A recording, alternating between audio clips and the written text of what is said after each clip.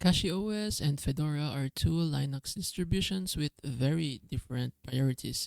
So the choice depends on whether you want bleeding edge speed or polished stability. So let's focus here on Cachyos first. It is built on Arch. It is a rolling release distro that consistently tops benchmarks, making it ideal for gamers and enthusiasts who want the latest kernels and drivers. But the same aggressiveness means updates can sometimes break workflows, and the smaller community offers less support.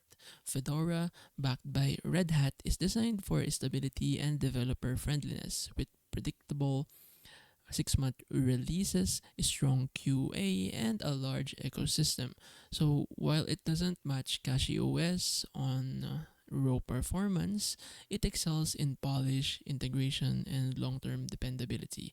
In short, Cachyos is the best choice if you want maximum speed and don't mind tinkering, while Fedora is safer because if you want a reliable workstation, um, you can just go ahead and download Fedora if you want it to just work as it should.